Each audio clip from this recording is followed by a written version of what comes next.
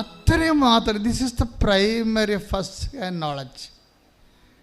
ഇന്നത്തെ മനുഷ്യരുടെ വീണ്ടെടുപ്പിൻ്റെ ഒരു നോഷൻ ഓഫ് റിഡംഷൻ, കൃപാസനം, മാതാവ് പ്രത്യക്ഷപ്പെട്ട സ്ഥലം. ഇത് കേട്ടപ്പോൾ ഇവന് ഭയങ്കര സന്തോഷമായി. അവനെന്താ പറയണത്? എനിക്ക് ഈശോയുടെ അധികം ബന്ധമൊന്നുമില്ല, പക്ഷെ എനിക്ക് മാതാവിനോട് ഭയങ്കര ബന്ധമായിരുന്നെന്ന്. ഇപ്പോഴല്ല, പണ്ട്. എനിക്ക് ഈശോയുടെ അധികം ബന്ധമൊന്നുമില്ല, പക്ഷേ എനിക്ക് മാതാവിനോട് ഭയങ്കര അടുപ്പമാണ്. എന്താ കാര്യത്തിൽ? ഞാൻ പണ്ട് വല്ലാർപാടം പള്ളിയിൽ എല്ലാ സന്ധ്യയ്ക്കും പോയി മാതാവിനെ കാണുമായിരുന്നു. ഇതാണ് എക്സ്ട്രാ കരിക്കുലം എന്ന് ഞാൻ മുമ്പ് പറഞ്ഞത്. കരിക്കുലത്തിലില്ല, ഈശോയിൽ അവന് വിശ്വാസം അടുപ്പമില്ല. പിന്നെ എന്താണ് എക്സ്ട്രാ കരിക്കുലം നമ്മൾ ചെയ്യുന്നത്?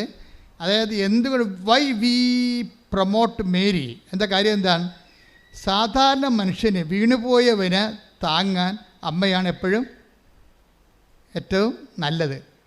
ഇപ്പം അന്ന് അമ്മയുമായിട്ട് ഒരു കാലത്ത് ഇവനൊന്ന് പച്ചപ്പിടിച്ച് വരുന്ന പഠനകാലങ്ങളിൽ അമ്മയുമായിട്ട് ഇത്തിരി അടുപ്പം ഉണ്ടായിരുന്നു. അമ്മ അത് സൂക്ഷിച്ചു വെച്ചിരുന്നു. ഇവൻ ചത്തതുപോലെ കിടക്കുകയാണെങ്കിലും ഇവനെ പൊക്കിക്കൊണ്ടുവന്ന് അമ്മ ആ ഉടമ്പടി ധ്യാനം കാണിച്ചു കൊടുത്ത ആദ്യം. അമ്മ വന്നെ വരവ് കണ്ടില്ലേ? ആളെ പതുക്കെ ഈ ആളെ ടേക്കപ്പ് ചെയ്യാൻ പോയി. ഇവൻ 0 ആയിപ്പോയി. സൈക്കോളജിസ്റ്റിനെ കാണുന്നത് മാനസിക വിഭ്രാന്തിയുള്ള ആൾക്കാരാണ്. അങ്ങനെയുള്ളൊരു അവസ്ഥയിലേക്ക്, ഡിപ്രഷൻ മൂഡിലേക്ക് തൻ്റെ മകൻ പോകണമെന്ന് മനസ്സിലാക്കിയപ്പോൾ അമ്മ അവൻ്റെ ഒരു വഴി കാണിച്ചു കൊടുക്കുകയാണ്, ഉടമ്പടി. അപ്പോൾ അന്ന് പോലെ അവൻ്റെ മനസ്സിൽ തോന്നി മാതാവിൻ്റെ അടുത്ത് വരണം, ഉടമ്പടി എടുക്കണം. പക്ഷേ ഉടമ്പടി എടുക്കാൻ നേരത്ത് പുള്ളിക്കാരൻ്റെ ഉള്ളിൽ തന്നെ പ്രശ്നമുണ്ട്. പറയും, ഉടമ്പടി ഒന്നും എടുത്താൽ എനിക്ക് പറ്റത്തില്ല, കാരണം കേൾക്കുമ്പോൾ ഭയങ്കര പാടാണല്ല. ഉടമ്പടി ജഡിക മനുഷ്യന് ഭയങ്കര പാടാണ്. എനിക്ക് ആദ്യം ദൈവം ഉടമ്പടി തന്നപ്പോഴേ ജഡിക മനുഷ്യനെ ഒഴിവാക്കിക്കൊണ്ട് തന്നെയാണ് ഉടമ്പടി ചെയ്തത്. അല്ല എല്ലാത്തിനും വരച്ചു വാരി ഇതിൻ്റെ അകത്ത് കൊണ്ടുവരാൻ ഞാൻ ഉദ്ദേശിച്ചിട്ടില്ലായിരുന്നു. ദൈവത്തിൽ നിന്ന് അല്പമെങ്കിലും തീപ്പൊരിയുള്ളവൻ ഊതിക്കത്തിച്ച കത്തണ കക്ഷികൾക്ക് മാത്രമാണ് ഉടമ്പടി അന്നും ഇന്നും സംലഭ്യമായിരിക്കുന്നത്.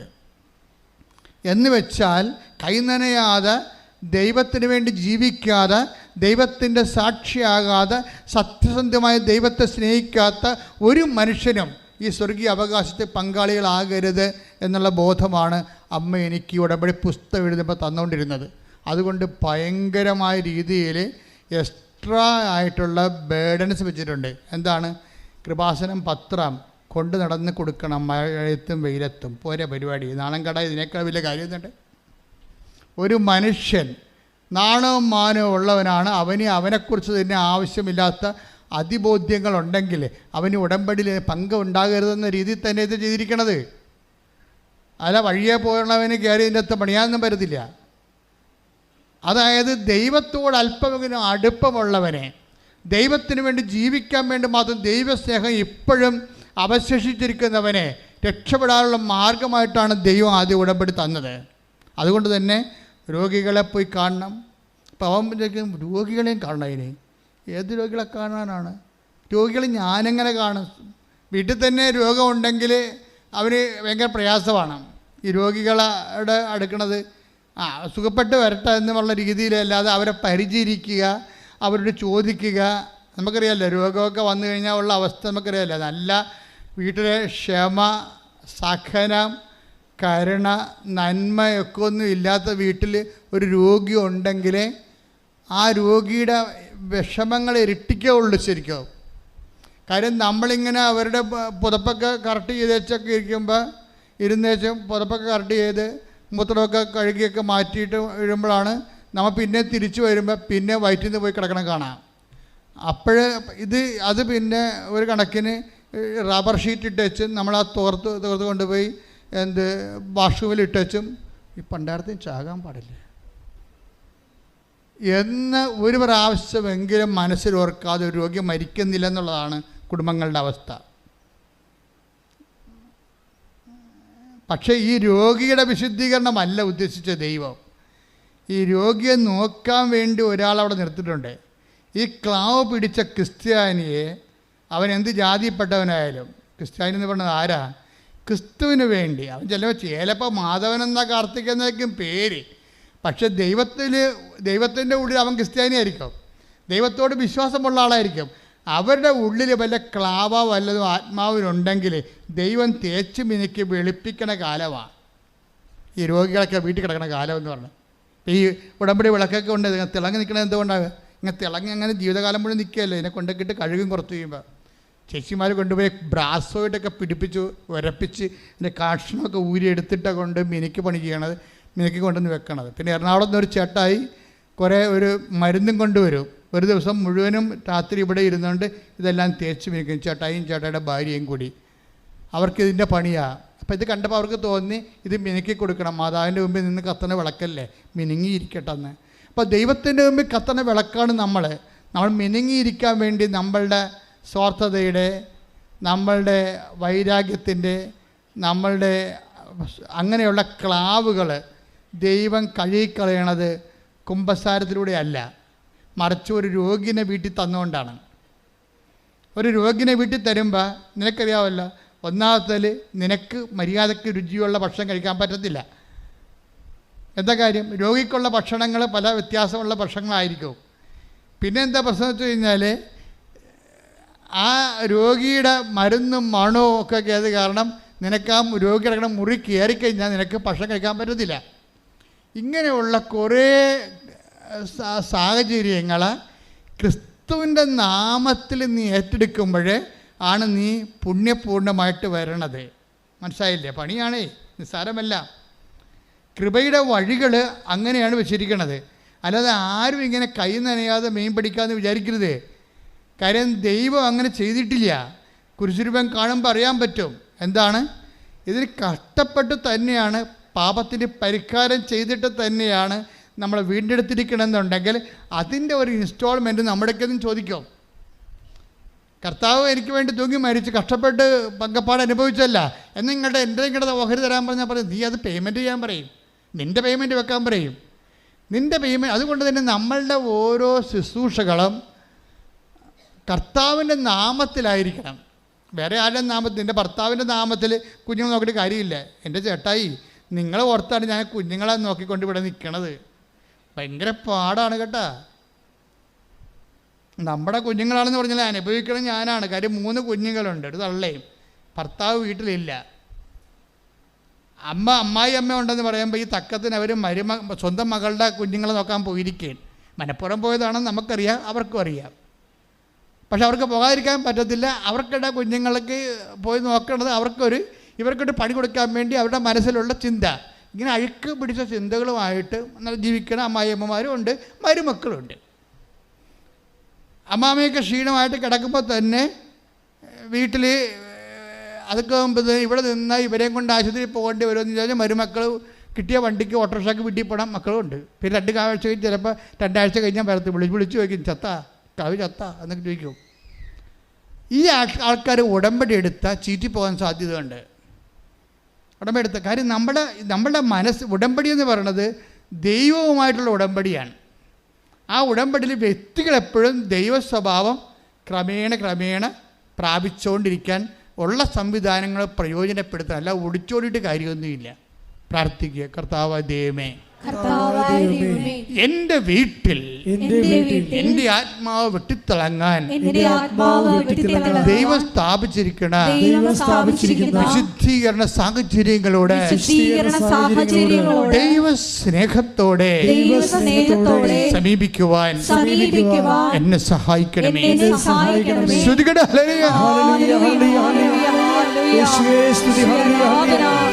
എല്ലാ സഹന സാഹചര്യങ്ങളെയും കൃപയാക്കി മാറ്റുവാൻ ഈ ആരാധനയിലൂടെ ഞങ്ങളെ അഭിഷേകം ചെയ്യണമേ.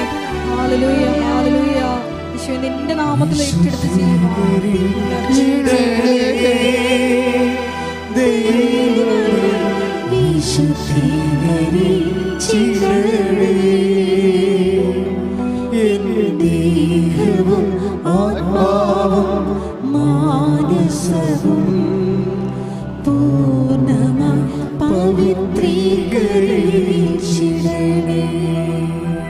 പരിശുദ്ധ പരമ ദിവ്യകാരുണ്യത്തിന്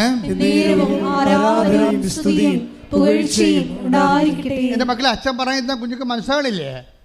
ഇനി എന്താ ചെയ്യണമെന്ന് വെച്ചാൽ, ഇങ്ങനെയുള്ള സിറ്റുവേഷൻ നമ്മുടെ ഭാഗത്ത് വന്നു പോയിട്ടുണ്ടെങ്കിൽ നമുക്ക് അറിയാതെ അനുതാപം ഉണ്ടാകണം. ഞാൻ പറഞ്ഞുകൊണ്ടല്ലേ, ഈ ഉടമ്പടി ധ്യാനം കേൾക്കുമ്പോൾ ആൾക്കാർക്ക് എന്തുകൊണ്ടാണ് അനുതാപം ഉണ്ടാകണത്? ദൈവം അവർക്ക് വിശ്വാസം കൊടുക്കുന്നത് കൊണ്ടാണ് അനുതാപം ഉണ്ടാവും. ഈ അനുതാപം കിട്ടിക്കഴിഞ്ഞാൽ നമുക്കറിയാമല്ലോ, അനുതാപത്തിന് ദൈവം തന്നെ ചില സാഹചര്യങ്ങൾ ഉണ്ടാക്കിത്തരും. ദൈവം നമ്മളെ വെയിറ്റ് ചെയ്യും. നമ്മളെ വേണമെങ്കിൽ നിങ്ങളുടെ കയ്യിരിപ്പ് കാരണം നിങ്ങളുടെ വഴിക്ക് വിധിക്ക് വിട്ടേക്കാം. പക്ഷേ ദൈവം അവൻ രക്ഷപ്പെടാനുള്ള സാഹചര്യം കൊടുക്കും. ഇപ്പോൾ ആൽബിൻ അങ്ങനെയാണ്. ആൽബിൻ എന്താണ്? ഇവൻ ദൈവത്തെ മറന്ന് ജീവിച്ച ആളാണല്ലേ. പള്ളിയില്ല, പട്ടക്കാരുമില്ല, കുടുംബപ്രാർത്ഥനയില്ല, കുമ്പസാരമില്ല, കുർബാനയില്ല, ഒന്നുമില്ലാതെ അത് വിളിച്ചിട്ടും പോകാതെ 6 കൊല്ലം അതിനേക്കാൾ വലുതാണ് എൻ്റെ പഠനത്തെ ദൈവമായിട്ട് ആരാധിച്ച ആളാണ്. ഭയങ്കര വിഗ്രഹാരാധകനാണ്. ഇപ്പം നിങ്ങളോർക്കും വിഗ്രഹമാണെന്ന് പറയണം വിശുദ്ധ രൂപങ്ങളെ വണങ്ങണമല്ല. ഇതൊരു സ്മരണയിൽ നമ്മൾ ദൈവത്തിന് മുമ്പിൽ നമ്മുടെ വണക്കങ്ങൾ ആചരിക്കേണ്ടതാണ്. വിഗ്രഹം എന്ന് പറഞ്ഞാൽ എന്താണ്? ദൈവത്തിൻ്റെ സ്ഥാനത്ത് നിൻ്റെ പഠനം വന്നാലും, നിൻ്റെ കാനഡ വന്നാലും, നിൻ്റെ ബിസിനസ് വന്നാലും വിഗ്രഹമായി. അതാണ് വിഗ്രഹാരാധന. ദൈവത്തിൻ്റെ സ്ഥാനത്ത് എന്താണ് വരണത് നീ നോക്കണം. ഇപ്പം ഞായറാഴ്ച കുർബാനക്ക് വിളിച്ചപ്പോൾ പോയില്ല. എന്താ കാര്യം? എനിക്ക് ഉദ്യോഗസ്ഥന് പഠിക്കാനുണ്ട്. അപ്പോൾ ആരാണ് ദൈവം? അവൻ്റെ പഠനമാണ് പലത് ദൈവം എന്ന് പറയണത്. അവൻ്റെ പഠനമാണ് ദൈവം. അപ്പോൾ ഈ പഠനമാണ് ദൈവം, പഠനം വഴി കിട്ടണ ഉദ്യോഗമാണ് ദൈവം, അവൻ്റെ സ്റ്റാറ്റസാണ് ദൈവം എന്ന് പറഞ്ഞാൽ അതിൻ്റെ അർത്ഥം ആരാണ്? അവനാണ് ദൈവം എന്ന് എൻ്റെ അർത്ഥം. കാര്യം പഠിച്ചാൽ എന്ത് കിട്ടും? ഉദ്യോഗം കിട്ടും. ഉദ്യോഗം കിട്ടിയാൽ എന്ത് പറ്റും? സ്റ്റാറ്റസ് കിട്ടും. ആർക്ക് സ്റ്റാറ്റസ് കിട്ടും? നമുക്ക്. അപ്പോൾ ആരാണ് ദൈവം? നമ്മൾ. അവനവൻ കടമയാണ് ഈ സംഭവം.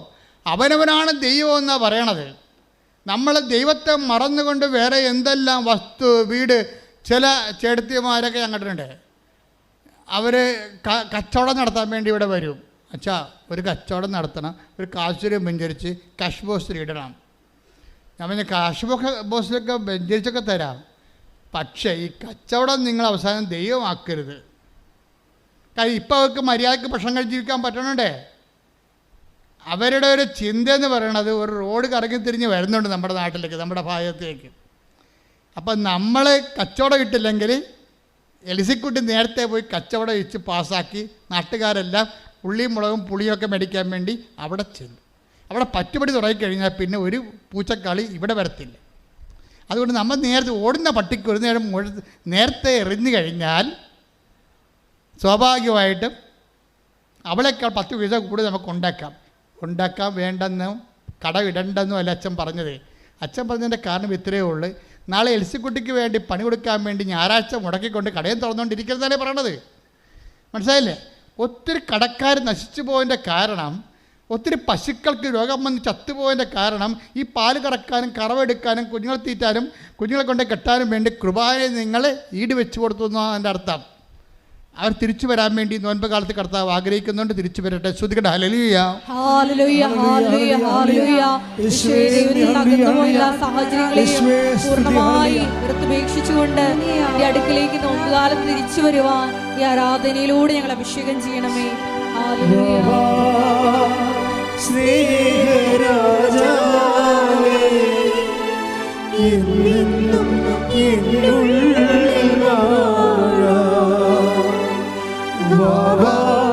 സ്നേഹത്തിൻ പൂനിലാവേ എന്നുള്ളിൽ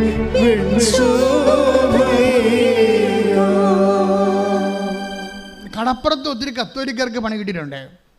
എങ്ങനെയാണെന്നറിയാമോ? ഞാൻ ഈ അടുത്ത ഇടപെടെ പേരൊന്നും പറയത്തില്ല, അവർ വണ്ടി പിടിച്ചോടെ തന്നെ തല്ലിച്ചും പോകും. അതെന്താ പ്രശ്നമെന്ന് വെച്ചാൽ, ഞാൻ 2ാമത്തെ കുർബാനയാണ് ചെല്ലിയത് ആ പള്ളിയിരിക്കുമ്പോൾ. അപ്പോൾ 2ാമത്തെ കുർബാന ചെല്ലിക്കൊണ്ടിരിക്കുന്ന സമയത്ത് അപ്പോൾ ഒരു 10-11 മണിയാവും. പിള്ളേരുടെ കുർബാനയാണ്. അപ്പം ചില ആൾക്കാർ പേരക്കരിക്കുമ്പോഴും അയാളുടെ മുഖം വരെ ഉണ്ട്, ഇന്നാളെ മരിച്ചു പോയ കക്ഷി. അപ്പം അയാൾ വന്ന് പള്ളിയുടെ വാതിക്കെ എന്ന് വെച്ച് അകത്ത് നിൽക്കുന്നവരെ ഇങ്ങനെ കാണിക്കും, ഇതിങ്ങനെ. എൻ്റെ അർത്ഥം എന്താ അറിയാവാ, ചെമ്മീൻ കടലിൽ വന്നിട്ടുണ്ടെന്നാണ്. അപ്പം തന്നെ ഇവർ മുടും കൊട്ടിക്കൊണ്ട് ഒറ്റ ഓട്ട ഓടും പള്ളിയുടെ അകത്തിരുന്ന പാർട്ടിയെ. ഇപ്പം ആ കാലം മാറി. ഇപ്പം വിശ്വാസത്തിലാണ് ആൾക്കാർ ജീവിക്കണത്. ഞാൻ 10 കൊല്ലം കടലിൽ ജോലി ചെയ്തത് ഈ ഒരു കാര്യം കാരണമാണ്. ജനങ്ങൾ പെരുന്നാളും പടയനെയും കാണിച്ച് പള്ളിയിൽ കൂടുമെങ്കിലും അവരുടെ ജീവിതത്തിൽ ദൈവത്തെ മറന്നവർ ജീവിക്കാം. ഇത് അവർ മാത്രമല്ല, കേരളത്തിൽ പരക്കെ ഉള്ള ഒരു പ്രശ്നമാണത്. ഇപ്പം എന്താ സംഭവിക്കുക, ആരെങ്കിലും ചിലർ പറയും, അപ്പം ഞാൻ പറഞ്ഞിടാ നിന്നെ ഞായറാഴ്ച കുർബാന കണ്ടില്ല. അപ്പോൾ അവർ പറയും, അച്ഛാ അരേമാർക്ക് ഭയങ്കര കോരാരെന്ന് പറയും. അരേമാരുന്ന് അരേ സമുദായത്തിൽപ്പെട്ട സംഘം, അവർക്ക് ഞായറാഴ്ച ഇല്ലല്ലോ. അപ്പം അവർ കോരി മീനും കൊണ്ട് വരുമ്പോൾ അവർക്ക് നല്ല വില കിട്ടും. അപ്പോൾ ഇവനത് കണ്ടിട്ട് അടുത്ത ഞായറാഴ്ച ഇവനും തള്ളിപ്പോകും കുർബാനക്ക് കൂടാതെ. അപ്പോൾ ഈ പ്രലോഭനം എന്ന വഴികൾ കണ്ടില്ലേ. അപ്പോൾ ഏതെങ്കിലും ഞായറാഴ്ച ആചരിക്കാൻ ബാധ്യസ്ഥമില്ലാത്ത ആൾക്കാർ അവർ കാണിക്കുന്ന കാട്ടായങ്ങളുടെ കൂടെ നമ്മൾ ദൈവത്തെ മറന്നുകൊണ്ട് അതേ ചായ്വിൽ തന്നെ ഞായറാഴ്ച ആചരിക്കാൻ ബാധ്യതയുള്ള നമ്മളും കൂടി ചെല്ലുമ്പോഴേ ഇങ്ങനെ കുറച്ച് ജീവൻ പോയി നമ്മളിപ്പോൾ ആൽബിനെ പോലെയാവും, മുറി അടച്ചിട്ട് സൈക്കോളജിസ്റ്റിനെ കാണേണ്ട അവസ്ഥയാവും. അങ്ങനെയാണ് ആൾക്കാർ ദൈവിക ജീവൻ എന്നാണ് പറയണത്. അത് നഷ്ടപ്പെടുത്തുന്നത് ഇങ്ങനെയാണ്. ദൈവത്തിൻ്റെ വചനങ്ങൾ അറിഞ്ഞിട്ടും ചെയ്യാതെ അങ്ങനെ ഒരു വചനമുണ്ട്. Take the word of God. സ്തുതിക്കട്ടെ. ഹല്ലേലൂയ ഹല്ലേലൂയ ഹല്ലേലൂയ. യേശുവേ നന്ദി. ഹല്ലേലൂയ. 78-ാം സങ്കീർത്തനം 10-ാം തിരുവചനം. സങ്കീർത്തനം 78:10. അവർ ദൈവത്തിന്റെ ഉടമ്പടിയെ ആദരിച്ചില്ല. പ്രൈസ് ദി ലോർഡ് എന്ന് പറഞ്ഞ അവർ ദൈവത്തിന്റെ ഉടമ്പടിയെ ആദരിച്ചില്ല. പ്രശ്നം ഇവിടെ ഉടമ്പടി എടുത്താലും ചില ആൾക്കാർ എന്ത് ചെയ്യും. ഞാനിവിടെ ഇന്നലെയൊക്കെയാണ് 990 ഉടമ്പടിയൊക്കെ നടന്നത്. ഇന്നലെ 900 ഉടമ്പടി നടന്നു ഇന്നലെ. അപ്പോൾ ഇതെല്ലാം ഞാനിവിടെ കാണുന്നുണ്ട്. ആൾക്കാരിങ്ങനെ ഉത്സവത്തിന് വന്ന പോലെ വെട്ടിയാർത്ത് കയറി ഉടമ്പടിയൊക്കെ ചെയ്തിട്ട് പോകുന്നുണ്ട്. അപ്പോൾ ഞാനൊരു ദൈവമേ, അതായത് ചിലർ മാത്രം അതിൻ്റെ അകത്ത് പ്രാർത്ഥിച്ച് അവർ ചെയ്യുന്ന കാര്യങ്ങളെക്കുറിച്ച് വളരെ ആലോചന ചെയ്ത് ദൈവത്തോടൊരു ബൈലാറ്ററൽ എഗ്രിമെൻ്റ് ആണെന്നുള്ള ബോധ്യത്തിൽ നിശബ്ദതയിൽ ആന്തരിക ആധ്യാത്മിക ചൈതന്യത്തോടുകൂടി ചെയ്യും. ചിലർ അങ്ങനെ ഈ ഒന്നിൻ്റെ കൂടെ ഇങ്ങനെ പോരുമല്ലോ. ഇപ്പം ഞാൻ സെമിനാരി പഠിക്കുന്ന കാലത്ത് എൻ്റെ ഒരു ഹോബിയായിരുന്നു നല്ല ജൂൺ ജൂലൈ മാസത്തിൽ ഭയങ്കര മൺസൂൺ കാലവർഷമില്ലേ.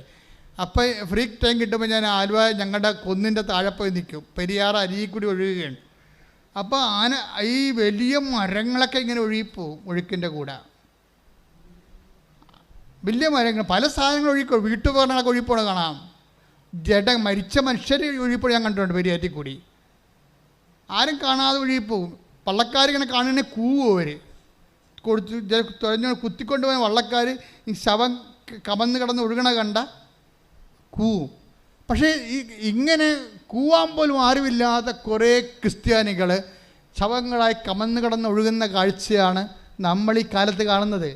എന്താ കാണുന്നതെന്ന് വെച്ച് കഴിഞ്ഞാൽ, ആരെങ്കിലും എന്തെങ്കിലും തിന്മകൾ ചെയ്താൽ ആ തിന്മകളെ അനുകരിച്ചുകൊണ്ട് അവരുടെ ഒഴുക്കിനൊത്ത് അങ്ങ് ഒഴുകിപ്പോകും. അപ്പം മറ്റുള്ളവർ ഞായറാഴ്ച ആചരിക്കണില്ല, അപ്പം ഞാനും അതുപോലെ തന്നെ ഞായറാഴ്ച ആചരിക്കാതെ ഞാനും അങ്ങനെ ജീവിച്ച് കഴിയുമ്പോൾ എന്ത് പറ്റും? ദൈവിക ജീവൻ കുറഞ്ഞ് അവസാനം ആൽബിനെ പോലെ മുറിയടച്ചിട്ട് 6 കൊല്ലമല്ലേ ദൈവത്തെ മറന്ന് ജീവിച്ചത്.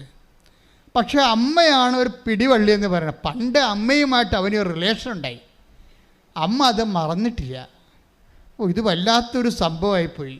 ഞാൻ ആ സാക്ഷി എടുക്കാൻ കാര്യം അതാണ്. ആ ഒറ്റ അക്കൗണ്ടിൽ മാത്രം, പഴയ ഒരു സേവിങ് അക്കൗണ്ടിൽ കുറച്ച് തുക കിടപ്പുണ്ട് അമ്മയുടെ പേരിൽ. അമ്മ അത് സൂക്ഷിച്ചിട്ട് ഇവൻ മരിക്കാൻ അനുവദിക്കാതെ ഇവനെ രക്ഷിക്കാൻ പോയി എണിഞ്ഞി. അതാണ് അമ്മയെന്ന് പറയണത്. ചില പിതാക്കന്മാർ ഞങ്ങളുടെ പിതാവിനെ വിളിച്ച് ചോദിക്കും, what is happening in Kripasanam? The promoting Mary as a god. Isn't it? You are not seeing it എന്നൊക്കെ ചോദിക്കും. എന്ന് വെച്ച് കഴിഞ്ഞാൽ ഇവിടെ മാതാവിനെ ദൈവമായിട്ട് ആരാധിക്കണമെന്ന് ആരാണ്ടൊക്കെ ചെന്ന് പറഞ്ഞിട്ട് വിളിച്ച് ചോദിച്ചുകൊണ്ടിരിക്കുകയാണ്. മാതാവിനെ ദൈവമായിട്ട് അറിയാം. ദൈവത്തെങ്കിലേക്ക് ഒരു വഴിയായിട്ട്, ഒരു വിളക്കായിട്ട് അമ്മ മാതാവിനെ കണ്ണ് കാണാത്തവന്, മുമ്പിൽ വഴിയില്ലാത്തവന്, ഇരുട്ട് മാത്രം അവകാശമായവന് കൊളുത്തി കൊടുത്തിട്ട് കൂടെ നടക്കുന്ന പരിപാടിയാണ് ഉടമ്പടി. ശ്രുതിക്കട്ടെ ഹല്ലേലൂയ.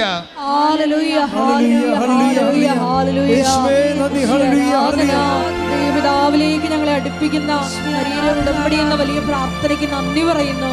ഹല്ലേലൂയ, ഹല്ലേലൂയ. യേശുവേ നന്ദി, യേശുവേ ആരാധന.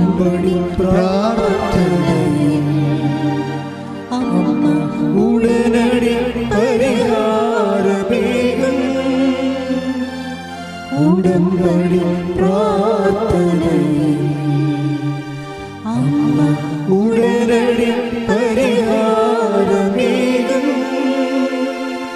അവൻ പറയുന്നതും ചെയ്തിടും ജീവിതം ധന്യമായി. പരിശുദ്ധ പരമദിവ്യകാരുണ്യത്തിന്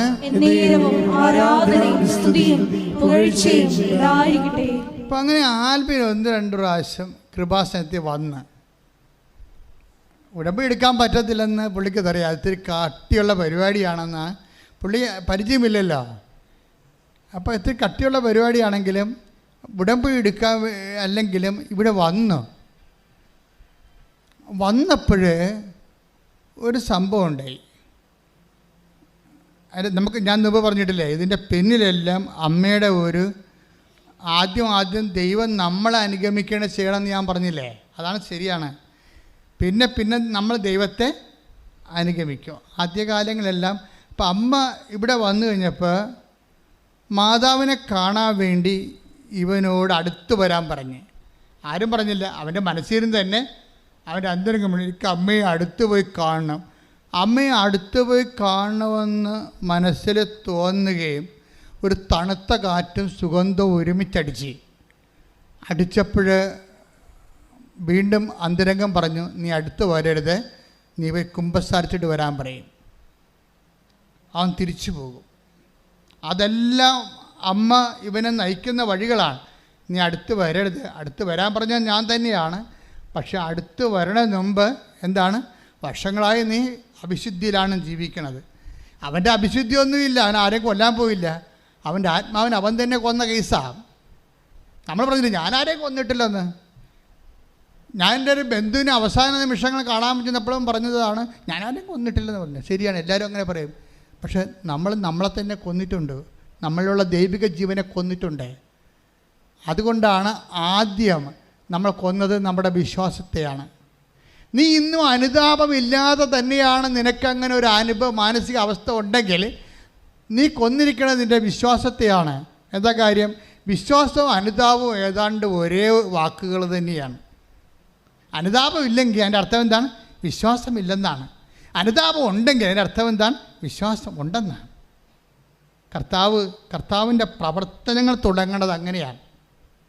ഈശോ ആദ്യമായിട്ടും ഭൂമിയിൽ തൻ്റെ പ്രവർത്തനങ്ങൾ തുടങ്ങുന്നത് ഈ പ്രെമിസിൽ വെച്ചാണ്. എന്താണ്? അനുതപിക്കുക. പറഞ്ഞേ, സുവിശേഷത്തിലെ വിശ്വസിക്കുക. മർക്കോസ് 1:15 എടുത്ത് ശ്രദ്ധിക്കട്ടെ. ഹല്ലേലൂയ, ഹല്ലേലൂയ, ഹല്ലേലൂയ. യേശുവേ നന്ദി. ഹല്ലേലൂയ, ഹല്ലേലൂയ, ഹല്ലേലൂയ, ഹല്ലേലൂയ, ഹല്ലേലൂയ, ഹല്ലേലൂയ. മർക്കോസ് 1:15. അവൻ പറഞ്ഞു, സമയം പൂർത്തിയായി, ദൈവരാജ്യം സമീപിച്ചിരിക്കുന്നു, അനുതപിച്ച് സുവിശേഷത്തിൽ വിശ്വസിക്കുവിൻ. 14 വായിച്ചേ. മർക്കോസ് 1:14. യോഹന്നാൻ ബന്ധനസ്ഥനായപ്പോൾ യേശു ദൈവത്തിന്റെ സുവിശേഷം പ്രസംഗിച്ചുകൊണ്ട് ഗലീലയിലേക്ക് വന്നു. അപ്പൊ യേശു രംഗപ്രവേശനം ചെയ്യുന്നതിന്റെ സൂചനയാണ് അനുതാപം. നിന്റെ ജീവിതത്തിലെ യേശു പ്രവർത്തനം ആരംഭിക്കാൻ പോകുന്നത് എങ്ങനെ മനസ്സിലാക്കാൻ പറ്റും? ദൈവപൈതലെ, അനുതാപം ഉണ്ടെങ്കിൽ അതോടുകൂടി നിങ്ങൾക്ക് മനസ്സിലാക്കാം എനിക്ക് വിശ്വാസം വന്നു കഴിഞ്ഞുവെന്ന്. സുവിശേഷത്തിൽ യേശു പ്രവർത്തനം ആരംഭിക്കുന്നത് മർക്കോസ് 1:14 വെച്ചുകൊണ്ടാണ്. അവൻ ഗലീലയിലേക്ക് വന്നു. എന്താ പറഞ്ഞത്? അനുദപിക്കുക, സുവിശേഷത്തിൽ വിശ്വസിക്കുക. അപ്പോഴും വിശ്വാസവും അനുതാപവും ഒരേ വാക്കാണ്. നിന്നിൽ വിശ്വാസം ജനിക്കാൻ വേണ്ടി ദൈവം ചിലപ്പോൾ കുറച്ചത് കാത്തിരിക്കും. വരട്ടെ എവിടം വരെ പോകുമെന്ന് നോക്കട്ടെ. ആദ്യത്തെ പരീക്ഷയ്ക്ക് തോറ്റു, രണ്ടാമത്തെ സെൻട്രൽ ഗവൺമെൻറ് പരീക്ഷയ്ക്ക് തോറ്റു. അപ്പോഴും നിന്നെ തോക്കാൻ ദൈവം അനുവദിക്കും. എന്താ കാര്യം? നീ നിന്നിൽ തന്നെ ആശ്രയിച്ചിരിക്കുകയല്ലേ. നിന്നിൽ ആശ്രയിക്കുന്ന വിധത്തിൽ വെച്ച് ദൈവം തോക്കാൻ അനുവദിക്കും നിന്നെ. കാര്യം എന്താണ്? നീ തന്നെയാണല്ലോ നിൻ്റെ ശവക്കുഴി തോണ്ടിക്കൊണ്ടിരിക്കണത്. അപ്പം നിനക്ക് അനുതാപം ഉണ്ടാകാൻ വേണ്ടിയാണ് തകർച്ച ദൈവം അനുവദിക്കണത്. അത് ദൈവത്തിൻ്റെ കരുണയുടെ ഭാഗമായിട്ടും വരാം. 2:4 റോമ 2:4 എടുത്തേ. ശ്രദ്ധിക്കട്ടെ. ഹല്ലേലൂയ, ഹല്ലേലൂയ, ഹല്ലേലൂയ. റോമ 2:4. അവിടുത്തെ നിസ്സീമമായ കരുണയും സഹിഷ്ണുതയും ക്ഷമയും നീ നിസ്സാരമാക്കുകയാണോ ചെയ്യുന്നത്? അവിടുത്തെ നിസ്സീമമായ കരുണ നീ നിസ്സാരമാക്കുകയാണോ ചെയ്യുന്നത്? നിന്നെ അനുതാപത്തിലേക്ക് നയിക്കുകയാണ് ദൈവത്തിന്റെ കരുണയുടെ ലക്ഷ്യമെന്ന് നീ അറിയുന്നില്ലേ? നിന്നെ അനുതാപത്തിലേക്ക് നയിക്കുന്നതാണ് ദൈവത്തിൻ്റെ കരുണ. എന്ന് വെച്ച് കഴിഞ്ഞാൽ ചില ആൾക്കാർ വിചാരിക്കുമോ, ഞാൻ കള്ളക്കടത്ത് ചെയ്തിട്ടുണ്ട്, ഞാൻ കഞ്ചാവ് വിറ്റിട്ടുണ്ട്, ഞാൻ കണ്ടവൻ്റെ വണ്ടി അടിച്ചു മാറ്റിയിട്ട് RC പേപ്പർ ചേഞ്ച് ചെയ്ത് വേറെ വേറെ കൊടുത്ത് ജീവിച്ചിട്ടുണ്ട്, ഞാൻ അബോർഷൻ ചെയ്തിട്ടുണ്ട്. ഞാൻ ചില ആൾക്കാർ തകരുമെന്ന് എനിക്കറിയാമായിരുന്നിട്ട് ഞാൻ ആ തകർച്ച അവരോട് പറയാതെ അവരുടെ തകർച്ച കണ്ട് ആനന്ദിക്കാൻ ഞാൻ ആഗ്രഹിച്ചിട്ടുണ്ട്. ഇങ്ങനെയൊക്കെ പറയുമ്പോൾ ഇങ്ങനെയൊക്കെ നിനക്ക് പറയാം. ഇങ്ങനെയൊക്കെ പറഞ്ഞാലും നീ എന്നിട്ട് പറയും, ഞാനിങ്ങനെ ആൾക്കാരുടെ പൊന്നും പണ്ടമൊക്കെ കട്ടെടുത്തിട്ട് വായ്പ വാങ്ങിയെന്നും പറഞ്ഞ് അത് തൂക്കി വിറ്റിട്ടും അവരുടെ മുമ്പ് മേടിക്കോ ഞങ്ങൾ നാട് വിട്ട് പോകത്തുള്ളമെന്ന് അവർക്ക് പച്ചക്കും തന്തക്കും തള്ളക്കുമൊക്കെ വിളിച്ച് ഇങ്ങനെ നീ ദൈവത്തെ മറന്ന് മനുഷ്യത്വമില്ലാതെ ജീവിച്ചിട്ട് നീ പറയണേ എനിക്കൊരു ചുക്ക് സംഭവിച്ചില്ലല്ലോ. ഞാൻ 3 കുഞ്ഞുങ്ങളെ അബോർഷൻ ചെയ്ത് കല്യാണത്തിന് മുമ്പ് എനിക്ക് പരപുരുഷന്മാരും പരസ്ത്രീകളുടെ ബന്ധമുണ്ടായിരുന്നു. കല്യാണത്തിന് ശേഷം എനിക്ക് പരപുരുഷന്മാരും പരസ്ത്രീകളുടെ ബന്ധമുണ്ട്. എനിക്കതൊരു കുഴപ്പമില്ല. എനിക്ക് വല്ല സിബിലിസും വന്നാൽ, എനിക്ക് വല്ല എയ്ഡ്സും വന്നാൽ, എനിക്ക് വല്ല ആരോഗ്യമുണ്ട് എന്ന് നീ പറഞ്ഞിട്ട് കാര്യമില്ല. ഇത് ദൈവത്തിൻ്റെ കരുണയാണെന്ന് പറഞ്ഞാൽ മനസ്സിലായ? നീ ആരോഗ്യത്തെ ഇത്രയും പാപകരമായ ജീവിതത്തിലൂടെ പോയിട്ടും ഇത്രയും കള്ളക്കടവും തോന്നിവാസവും വഞ്ചനയും എല്ലാം നീ കാണിച്ചിട്ടും ഇപ്പോഴും നീ ആരോഗ്യമായിട്ട് നിലനിൽക്കണം. എന്താണ് കാരണം? റോമ 2:4 വായിച്ച്. നിന്നെ അനുതാപത്തിലേക്ക് നയിക്കുകയാണ് ദൈവത്തിന്റെ കരുണയുടെ ലക്ഷ്യമെന്ന് നീ അറിയുന്നില്ലേ? അതാണ്. എന്താ ഒന്ന് പറഞ്ഞേ? നിന്നെ അനുതാപത്തിലേക്ക് നയിക്കുകയാണ് ദൈവത്തിന്റെ കരുണയുടെ ഉദ്ദേശം. അപ്പൊ ഇത്രയും നാളെ നീ അബദ്ധങ്ങളെല്ലാം കാണിച്ചിട്ടും നിനക്ക് കുഴപ്പമൊന്നുമില്ല. പിന്നെ ദൈവം ഇങ്ങോട്ട് പോകുന്ന എൻ്റെ മൂക്കി കയറ്റി കളയും, പോയി പണി നോക്കടാ, പോയി തൂങ്ങണം എന്നൊക്കെ പറഞ്ഞുകൊണ്ട് നന്മയിലേക്ക് പോകുന്ന നമ്മളെയും തിന്മയിലേക്ക് കൊണ്ടുവരുവരെ. സാത്താൻ അങ്ങനെ വളരെ തന്ത്രപരമായിട്ട് നമ്മൾ അകപ്പെടുത്താനുള്ള എല്ലാ മാർഗങ്ങളും അവൻ ഉപയോഗിക്കും. അപ്പം അങ്ങനെ ഉപയോഗിക്കുമ്പോഴും അവൻ നിത്യതയെക്കുറിച്ചുള്ള കൺസെപ്റ്റ് തന്നെ മറച്ച് കളയും. അങ്ങനെ മറച്ച് കളയുമ്പോഴും നമുക്ക് വല്ല കുഴപ്പമുണ്ടോ? എടാ ഇതൊക്കെ ഒന്നും ഞാൻ ചെയ്യുന്നത്, ഞാൻ പള്ളിയിൽ പോയില്ല, എനിക്ക് വല്ല കുഴപ്പമുണ്ടോ? ഞാൻ കുമ്പസാരിക്കില്ല, എനിക്ക് വല്ല കുഴപ്പമുണ്ടോ? അപ്പോൾ എനിക്ക് വല്ല കുഴപ്പമുണ്ടോ, എനിക്ക് വേണ്ട കുഴപ്പമുണ്ടോ എന്നാണ് നമ്മളോട് ചോദിക്കണത്. പക്ഷേ എന്താണ് കുഴപ്പം? ദൈവത്തിൻ്റെ കരുണ മനസ്സിലാക്കാൻ കഴിയാത്തതാണ്. നീ ഇങ്ങനെ ഇത്രയും ആധ്യാത്മികമായി അതപ്പതിച്ചിട്ടും കുഴപ്പമില്ലാതെ നിൽക്കുന്നതിൻ്റെ കാരണം എന്താണ്? ദൈവത്തിൻ്റെ കരുണയാണ്. അതിൻ്റെ ഉദ്ദേശം എന്താണ്? നിന്നെ ഇന്നല്ലെങ്കിൽ നാളെ അനുതാപത്തിലേക്ക് നയിക്കാൻ കഴിയുമെന്നുള്ള ദൈവത്തിൻ്റെ പ്രത്യാശയാണ്. അതാണ് അച്ഛൻ കഴിഞ്ഞ ആഴ്ചയിലൊക്കെ പറഞ്ഞ കാത്തിരിപ്പെന്ന് പറയുന്നത്. ദൈവത്തിന് നമ്മളെക്കുറിച്ച് അവസാനം വരെ പ്രത്യാശയാണ്, അവസാനം വരെ. അപ്പോൾ ദൈവത്തിൻ്റെ ആ പ്രത്യാശയുടെ അവസാനം വരെ നമ്മൾ ചെല്ലാതെ നേരത്തെ നമ്മൾ അനുതാപപ്പെടുന്നതാണ് നമുക്കെപ്പോഴും നല്ലത്. അതുകൊണ്ടാണ് ഭജനം പറയണത്, യുവാവേ നിൻ്റെ യൗവനത്തിൽ തന്നെ നീ ദൈവത്തെ അറിയുക, വയസ്സാകും പ്രായവും ആകാൻ വേണ്ടി നീ കാത്തിരിക്കരുത്. ശ്രദ്ധിക്കട്ടെ. ഹല്ലേലൂയ ഹല്ലേലൂയ ഹല്ലേലൂയ യേശുവേ നന്ദി. ഹല്ലേലൂയ ഹല്ലേലൂയ. കരുണയിൻ സാഗരമേ ശോകം കൊടുമേലേടപ്പോ,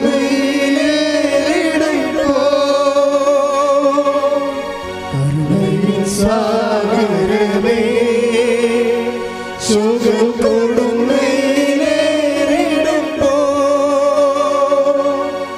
മേഘത്തിൻ തണലരുളി എന്നെ സാന്ത്വനമായി മേഘത്തിൻ തണലരുളി എന്നെ സാന്ത്വനമായി സഭാപ്രസംഗകൻ 12:1. സഭാപ്രസംഗം 12:1. ഒന്നിലും സന്തോഷം തോന്നുന്നില്ല എന്ന് നീ പറയുന്ന, എന്ന് പറഞ്ഞ ഒന്നിലും സന്തോഷം തോന്നുന്നില്ല എന്ന് നീ പറയുന്ന ദുർദിനങ്ങളും വർഷങ്ങളും ആഗമിക്കും മുമ്പേ യൗവനകാലത്ത് സൃഷ്ടാവിനെ സ്മരിക്കുക. ഒന്നിലും സന്തോഷം തോന്നുന്നില്ല എന്ന് പറയുന്ന ഒരു കാലമുണ്ട്. ഐസ്ക്രീമിന് അലുവായിലും ഒന്നും സന്തോഷം തോന്നാത്തൊരു കാലം വരും. ഇപ്പം തന്നെ വന്നു തുടങ്ങിയെന്ന് തോന്നണല്ലേ. ഐസ്ക്രീം അലുവയല്ല, ദൈവ അനുഭവം ഉണ്ടായാൽ പോലും സന്തോഷം വരത്തില്ല. അതാ സംഭവം. ആത്മാവിൻ്റെ വാർദ്ധക്യമാണിത്. ആത്മാവിൻ്റെ വാർദ്ധക്യം, ശരീരവാർദ്ധക്യത്തെക്കാൾ ഗതികെട്ടാണ് ആത്മാവിൻ്റെ വാർദ്ധക്യം. ആത്മാവിൻ്റെ വാർദ്ധക്യം പ്രാപിച്ചാൽ നിനക്ക് ചിലപ്പോൾ ശാരീരികമായിട്ട് 35 വയസ്സേ ഉള്ളൂ, പക്ഷേ നിൻ്റെ ആത്മാവ് വാർദ്ധക്യം പ്രാപിച്ചിരിക്കുകയാണ്. എന്താണ്? തൻ്റെ അബോർഷനും കഴിഞ്ഞ് ഒരു ഡൈവേഴ്സും കഴിഞ്ഞ് തിരിച്ചു വരാമെന്ന് അവൻ പറഞ്ഞിട്ടും അവൾ പറഞ്ഞിട്ടും നീ കൂട്ടാക്കില്ല. എന്താ കാര്യം? അവൻ തിരിച്ചു വന്ന സ്റ്റെപ്പിനെയോ ഔട്ട് പോസ്റ്റോ നിനക്കുണ്ടെങ്കിൽ ആ കമ്പനി അടിക്കാൻ പറ്റത്തില്ല. അതുകൊണ്ട് നിനക്ക് ജോലിക്ക് മാത്രം ഉടമ്പടിക്ക് എഴുതിയിരിക്കുകയാണ്. ഭർത്താവ് തിരിച്ചു വരാൻ ഉദ്ദേശിക്കുന്നുണ്ട്, അവൻ വരണ്ട. അവൻ വരണമെന്ന് വെച്ചാൽ ഇപ്പോഴുള്ള ബന്ധങ്ങളൊക്കെ പോകും. അതാണ് പ്രശ്നം. ഉടമ്പടി ചെയ്തിരിക്കണത് നിങ്ങൾ തന്നെയാണ് കുലച്ചോറുണ്ടാക്കിയിരിക്കണേ. ഇതൊന്നും ഈ ഇങ്ങനെ കണ്ണടത്തൊന്നും ഇരുട്ടാക്കി അങ്ങനെ പെട്ടെന്ന് ഇരുട്ടാകത്തില്ല. മരമറിയാതെ കൊടിയിട്ടിട്ട് കാര്യമില്ല. നിങ്ങൾ ഇപ്പോൾ ഒരു ഉടമ്പടിയിൽ നിങ്ങൾ വെച്ചിരിക്കണത് വിദേശ ജോലിയാണ് വെച്ചിരിക്കണത്. അപ്പോൾ കർത്താവ് ചോദിക്കും, ഭർത്താവുണ്ടല്ലോ, ഭാര്യ ഉണ്ടല്ലോ, അവനോട് പിരിഞ്ഞു നിൽക്കാമല്ലേ, അവൻ തിരിച്ചു വരാമെന്ന് പറഞ്ഞിട്ടുണ്ടല്ലോ, അവൾ തിരിച്ചു വരാമെന്ന് പറഞ്ഞിട്ടുണ്ടല്ലോ, എന്നിട്ട് നീ എന്താ അതിനൊന്നും അതിനെക്കുറിച്ച് ഉടമ്പടി ഒന്നും വേണ്ട. അതും വേണ്ട, ജോലി മാത്രം മതി എന്ന്. അതൊന്നും വേണ്ട, ജോലി മാത്രം മതിയെന്ന്. ഇപ്പോഴും ജഡത്തിന് വേണ്ടിയാണ് ഇവർ ജോലി എടുക്കുന്നത്. ഇവൾക്ക് 35 വയസ്സുണ്ടെങ്കിലും ആത്മാവിന് വാർദ്ധക്യമാണ്. നമ്മളെ ഈ സഭാപ്രസംഗി ശാരീരിക വാർദ്ധക്യത്തെക്കുറിച്ച് പറയുകയാണ്. ഒന്നിനും സന്തോഷം വരാത്തൊരു 90 വയസ്സുണ്ടാകുമെന്ന്. 90 വയസ്സ് 35 വയസ്സുള്ളപ്പോഴും ആത്മാവിന് 90 വയസ്സുണ്ടാകുന്ന ഒരു പ്രതിഭാസം ഇവിടെ നിലനിൽക്കുന്നുണ്ട്. എന്ന് വെച്ചാൽ പാപത്തെ അതൊരു ആഡംബരമായി കണ്ടുകൊണ്ട്, ദൈവത്തെ അംഗീകരിക്കുന്നത് പോരായ്മയെ കണ്ടുകൊണ്ട്. ശ്രദ്ധിക്കട്ടെ. ഹല്ലേലൂയ. റോമ 1:29. യേശുവേ നന്ദി. ഹല്ലേലൂയ ഹല്ലേലൂയ ഹല്ലേലൂയ ഹല്ലേലൂയ ഹല്ലേലൂയ യേശുവേ ആരാധന ആരാധന ആരാധന ആരാധന യേശുവേ ആരാധന. റോമ 1:28. റോമ 1:28. ദൈവത്തെ അംഗീകരിക്കുന്നത് പോരായ്മയായി അവർ കരുതിയത് നിമിത്തം. ഒന്ന് പറഞ്ഞേ. ദൈവത്തെ അംഗീകരിക്കുന്നത് പോരായ്മയായി അവർ കരുതിയത് നിമിത്തം അധമ വികാരത്തിനും അനുചിത പ്രവർത്തികൾക്ക് ദൈവം അവരെ വിട്ടുകൊടുത്തു. അടുത്ത വായിച്ചേ. അവർ എല്ലാ തരത്തിലുമുള്ള അനീതിയും ദുഷ്ടതയും അത്യാഗ്രഹവും തിന്മയും നിറഞ്ഞവരാണ്. അസൂയ, കൊലപാതകം, ഏഷണി, കലഹം, വഞ്ചന, പരദ്രോഹം എന്നിവയിൽ അവർ മുഴുകുന്നു. അടുത്ത വായിച്ചേ. അവർ പരദൂഷകരും ദൈവനിന്ദകരും ധിക്കാരികളും ഗർവിഷ്ഠരും പൊങ്ങച്ചക്കാരും തിന്മകൾ ആസൂത്രണം ചെയ്യുന്നവരും മാതാപിതാക്കളെ അനുസരിക്കാത്തവരും ബുദ്ധിഹീനരും അവിശ്വസ്തരും ഹൃദയശൂന്യരും കരുണയില്ലാത്തവരും ആയിത്തീർന്നു. ഇത്തരം കൃത്യങ്ങൾ ചെയ്യുന്നവർ മരണാർഹരാണ് എന്ന ദൈവകൽപ്പന അറിഞ്ഞിരുന്നിട്ടും അവർ അവ ചെയ്യുന്നു. മാത്രമല്ല അങ്ങനെ ചെയ്യുന്നവരെ അംഗീകരിക്കുകയും ചെയ്യുന്നു.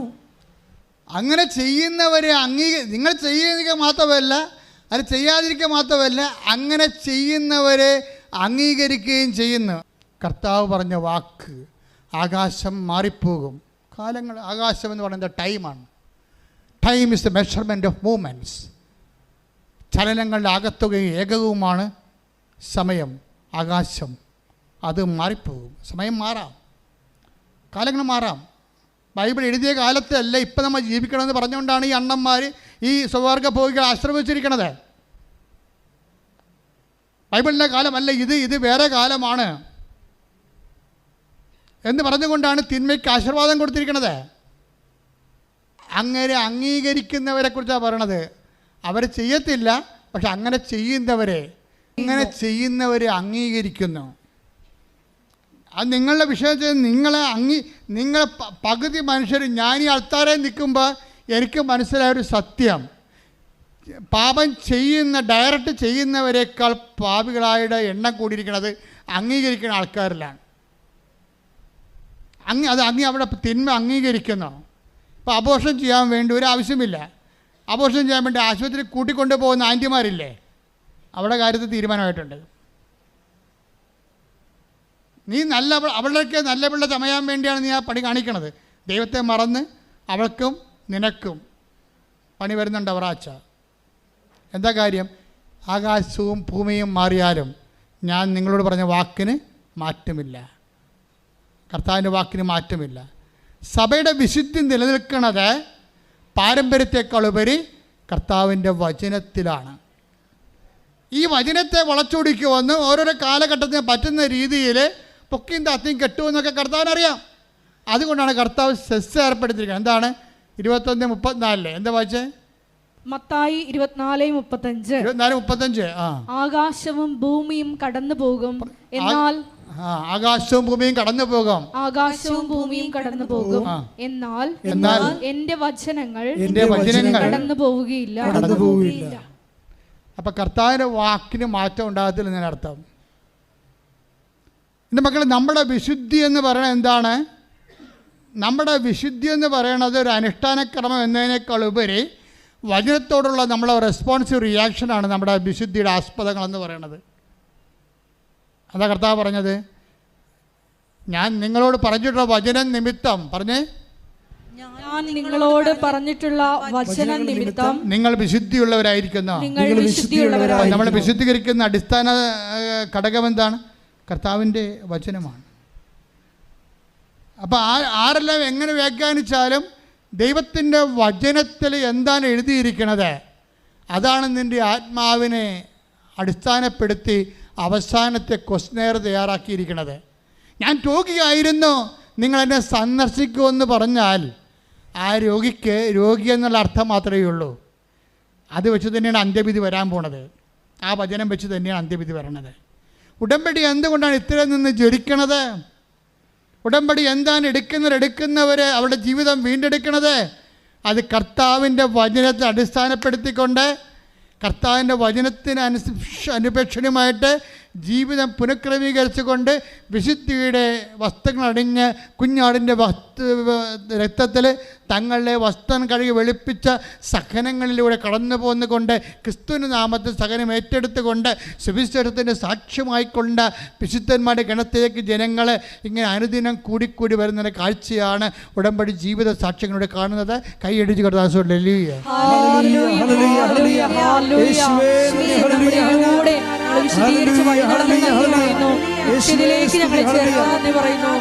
ഹല്ലേലൂയ ഹല്ലേലൂയ യേശുവേ നന്ദി. ആകാശം മാറാതുള്ളത് വചനം മാത്രം. കാലങ്ങൾ മാറും, രൂപങ്ങൾ മാറും, അന്നും എന്നും മായാതുള്ളത് തിരുവചനം മാത്രം. പരിശുദ്ധ പരമ ദിവ്യകാരുണ്യത്തിന് എന്നേരവും ആരാധനയും സ്തുതിയും പുകഴ്ചയും ഉണ്ടായിരിക്കട്ടെ. പരിശുദ്ധ പരമ ദിവ്യകാരുണ്യത്തിന് എന്നേരവും ആരാധനയും സ്തുതിയും പുകഴ്ചയും ഉണ്ടായിരിക്കട്ടെ. എൻ്റെ പ്രിയപ്പെട്ടവരെ, ഈ ആൽബിൻ്റെ ദൈവ അനുഭവ മുന്നേറ്റങ്ങളെ നമ്മൾ സുവിശേഷ വിഹിതമായി വിലയിരുത്തുമ്പോൾ നമുക്ക് കിട്ടുന്ന ഒരു നെറ്റ് റിസൾട്ട് എന്ന് പറയുന്നത്, ആൽബിൻ ഉടമ്പടി എടുക്കാൻ വേണ്ടി അവസാനം കുമ്പസാരിച്ചിട്ട് കൃപാന കൈക്കൊണ്ടിട്ട് അവൻ അവസാനം ഉടമ്പടി എടുക്കാൻ വേണ്ടി വരും. കാര്യം എന്താണ്? ആദ്യം ദൈവം അവനെ അനുഗമിക്കാൻ തുടങ്ങി. ഇപ്പോഴെന്നാ പറ്റിയിരിക്കണത്? ദൈവത്തെ അവൻ അനുഗമിക്കാൻ തുടങ്ങി. മതി കണ്ട, കാലാവസ്ഥ മതി കണ്ട. അങ്ങനെ വന്നപ്പോൾ അവൻ ഉടമ്പടി എടുത്തു. ഉടമ്പടി എടുത്തപ്പോൾ അവൻ ഇപ്പോൾ ഒരു ജോലി അവന് സെൻട്രൽ ഗവൺമെൻറ് ഉണ്ട്, ഷിഫ്റ്റ് സമ്പ്രദായമാണ്.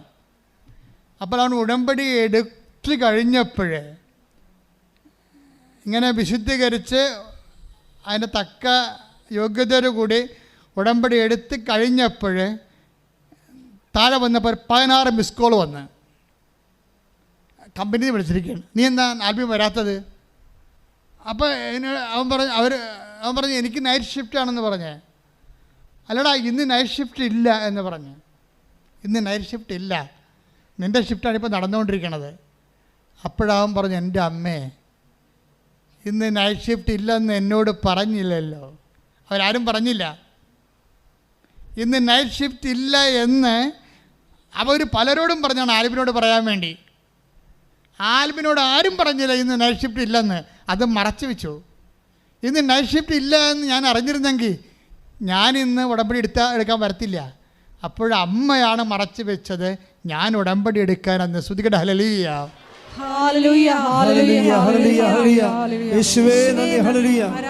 എന്ത് രസമാണെന്നറിയ ഈ സാക്ഷ്യം കേൾക്കാൻ. അതായത് നമ്മളെ ഉടമ്പടിപ്പിക്കാൻ വേണ്ടി നമ്മളെ അറിയിക്കേണ്ട ചില കാര്യങ്ങളെ അറിയിക്കാതെ സംരക്ഷിച്ചുകൊണ്ട് എങ്ങനെ ഭയങ്കര സൂക്ഷ്മ സംരക്ഷണം. മക്കളെ, ഞാൻ പറഞ്ഞു, യു ആർ ഇൻ സർവൈൻസ്. അതായത് നിങ്ങൾ നിരീക്ഷണത്തിലാണ് അമ്മയുടെ, വേറെ ആരുടെയുമല്ല, അമ്മയുടെ നിരീക്ഷണത്തിലാണ്. നിങ്ങൾക്ക് കടമുണ്ടെന്നും രോഗമാണെന്നും ജോലിയില്ലെന്നും നിങ്ങളുടെ മനസ്സ് തിളച്ചുകൊണ്ടിരിക്കുന്ന മുറിവേറ്റതാണെന്നും എല്ലാം അമ്മയ്ക്കറിയാം. നിങ്ങൾ താങ്ങിപ്പിടിച്ച് ഇവിടെ കൊണ്ടുവന്നിരിക്കുന്നത് നിങ്ങളെ സന്ധിക്കാനാണ്. നിങ്ങൾ കുതറരുത്. കുതറിപ്പോയിട്ട് ചില ആൾക്കാർ ഉടമ്പടി എടുക്കും, എന്നിട്ട് പോയി ഉടമ്പടി ഇല്ലാതെ ജീവിക്കും.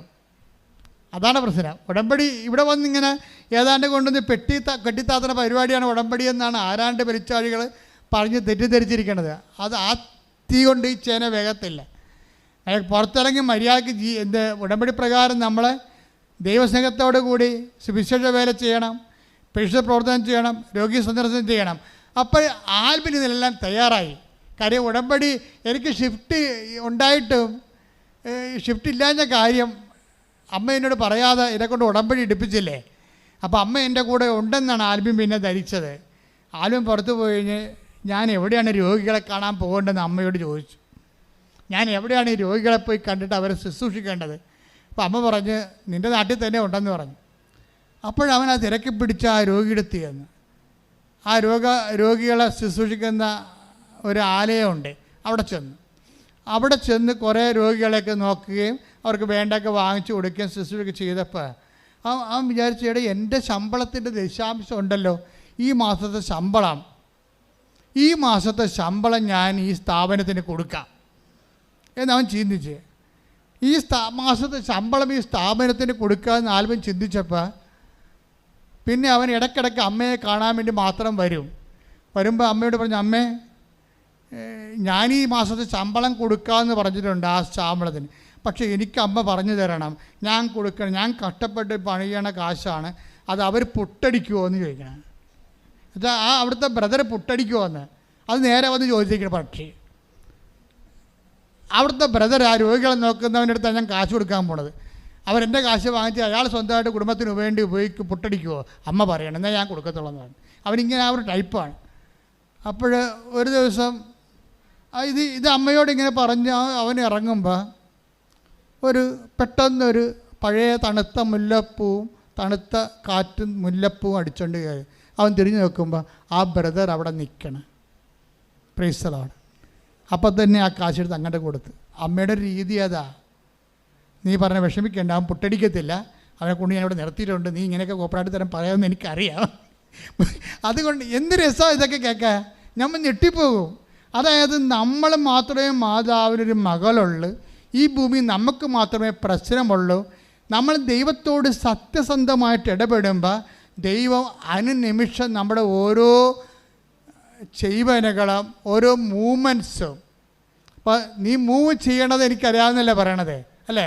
139 സങ്കീർത്തനം എന്താ പറയണത്? Take the word of God. ശ്രുതിക്കട്ടെ. ഹല്ലേലൂയ ഹല്ലേലൂയ ഹല്ലേലൂയ ഹല്ലേലൂയ.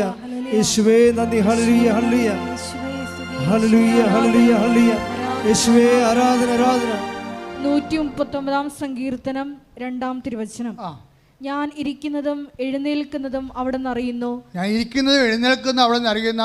എന്റെ വിചാരങ്ങൾ അവിടെ നിന്ന് അകലെ നിന്ന് മനസ്സിലാക്കുന്നു. എന്റെ വിചാരങ്ങൾ അവിടെ നിന്ന് അകലെ നിന്ന് മനസ്സിലാക്കുന്ന. എന്റെ നടപ്പും കിടപ്പും അങ്ങ് പരിശോധിച്ചറിയുന്നു. നടപ്പും കിടപ്പും അങ്ങ് പരിശോധിക്കുന്ന. എന്റെ മാർഗങ്ങൾ അങ്ങേക്ക് നന്നായി അറിയാം. എന്റെ മാർഗങ്ങൾ നന്നായി അറിയാം. ഒരു ചിന്ത. Take the word of God. ഒരു വാക്ക് എന്റെ നാവിൽ എത്തുന്നതിന് മുമ്പ് തന്നെ, ഒരു വാക്ക് എന്റെ നാവിൽ എത്തുന്ന മുമ്പ് തന്നെ കർത്താവേ അത് അവിടുന്ന് അറിയുന്നു. കർത്താവേ അങ്ങ് അവിടുന്ന് അറിയുന്നു. അതായത് ഒരു ചിന്ത എൻ്റെ ഉള്ളിൽ വരുന്ന മുമ്പ് തന്നെ നീ എന്താണ് മനസ്സിൽ ഓർക്കണത് അതിനെല്ലാം നിന്നോട് മറുപടി പറഞ്ഞുകൊണ്ടിരിക്കുന്ന, നിന്റെ കൂടെ സഞ്ചരിക്കണ ദൈവം. ഉടമ്പടിയിലല്ലാതെ ഇത്രയും കൃത്യമായിട്ട് ഞാൻ ആരിലും ഇന്നുവരെ എൻ്റെ വ്യക്തിപരമായ അനുഭവത്തിൽ ദൈവത്തെ അനുഭവിച്ച് ഞാൻ കണ്ടിട്ടില്ല. അത്രക്ക് ഭയങ്കരമായ രീതിയിലാണ് ദൈവം സത്യസന്ധമായ ഉടമ്പടി ജീവിതക്കാരോട് ദൈവം ഇൻട്രാക്ട് ചെയ്യുന്ന രീതികൾ. അതിനുശേഷം അവന് പരീക്ഷ 19-3-22 പരീക്ഷ എഴുതി വെച്ചാണ് ഉടമ്പടി എടുക്കുന്നത്. 22 പരീക്ഷയുടെ അവസ്ഥ ഭയങ്കരമാണ്. 22 പരീക്ഷ സെൻട്രൽ ഗവൺമെൻറ് പരീക്ഷ എഴുതിയിട്ടാണ് വന്ന് ഉടമ്പടി എടുക്കുന്നത്. പരീക്ഷയ്ക്ക് പൊട്ടിപ്പോയി, എഴുതി പൊട്ടി. പരീക്ഷ പൊട്ടിയിട്ടില്ല, റിസൾട്ട് വന്നിട്ടില്ല. പക്ഷേ എഴുതിയപ്പോൾ തന്നെ മനസ്സിലായി ഇതിൽ നിന്നൊന്നും കിട്ടാൻ പോണില്ല.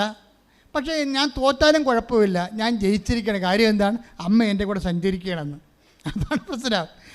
പരീക്ഷ തോറ്റ്, പരീക്ഷ എഴുതി, പക്ഷേ റിസൾട്ട് വന്നിട്ടില്ല. പക്ഷെ പൊട്ടപ്പരീക്ഷയായിരുന്നു, റിസൾട്ട് വന്നിട്ടില്ല. പക്ഷെ തോറ്റാലും എനിക്കത് ഫീലില്ല. എന്താ കാര്യം?